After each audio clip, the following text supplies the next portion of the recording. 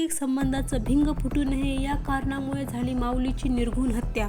आरोपी सागर गव्हाणे व त्याचा अल्पवयीन साथीदार गुरुवारी 6 मार्च रोजी दुपारी 4 वाजण्याच्या सुमारास माऊलीशी चर्चा केली आणि त्यानंतर संबंधित विषय रात्री बसून मिटून टाकू असं सांगितलं।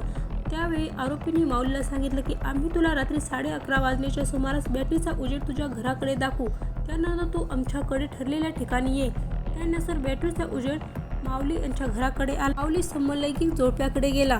त्यानंतर सागर व त्याच्या साथीदाराने माऊलीला धानेवाडी येथील परिसरात अगोदरच त्याचा गळा दाबून त्याचा जीव घेतला। त्यानंतर तेथील परिसरातील गोपाळवाडी येथे एका बंद खोलीमध्ये नेऊन इलेक्ट्रॉनिक कटरच्या साहाय्याने दोन्ही हात, पाय, शिर धडावेगळे केले।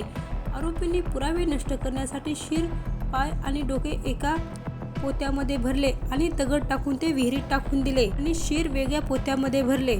हा सर्व प्रकार कळल्यानंतर सर्वांनाच मोठा धक्का बसलेला आहे।